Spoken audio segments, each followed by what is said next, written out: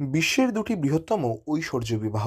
পৌরাণিক কাহিনী অনুসারে 19শে ফেব্রুয়ারি বা ফাল্গুনী পূর্ণিমা তিথিতে ব্রহ্মার পৌরাহিত্যে বা রাধাকৃষ্ণের যে ব্রহ্মবিবাহ হয়েছিল তা জাগতিক বিয়ের মতো ছিল না।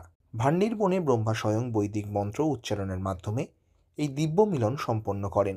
পৌরাণিক কাহিনী অনুসারে দেবী পার্বতীর কঠোর তপস্যা সন্তুষ্ট হয়ে শিব তাকে বিবাহ করতে রাজি হন। মহাশিবরাত্রি ফাল্গুন মাসের কৃষ্ণপক্ষের চতুর্দশী তিথিতে পালিত হয়। 2026 সালে এটি 17ই ফেব্রুয়ারি। বিবাহের দিন শিব তার বিচিত্র বরযাত্রী ভূত প্রেত নন্দী ভৃঙ্গি নিয়ে হিমালয়ের প্রাসাদে উপস্থিত হন। প্রথমে শিবের ভয়ঙ্কর রূপ দেখে পার্বতীর মা মেনকা দেবী ভীত হলেও পরে শিবের জ্যোতির্ময় রূপ প্রকাশিত হলে মহাসমারোহে শুভ বিবাহ সম্পন্ন হয়। ধর্মপ্রাণ মানুষের বিশ্বাস অনুযায়ী এই বিশেষ রাতেই ভগবান শিব এবং দেবী পার্বতীর পবিত্র বিবাহ সম্পন্ন হয়েছিল। তাই অনেকে একে শিব পার্বতীর বিবাহবার্ষিকী হিসেবে উদযাপন করেন। এই দুই বিবাহ এক কথায় বলে সর্বশ্রেষ্ঠ যুগল মিলন বা অদ্বিতীয় প্রেমগাথা।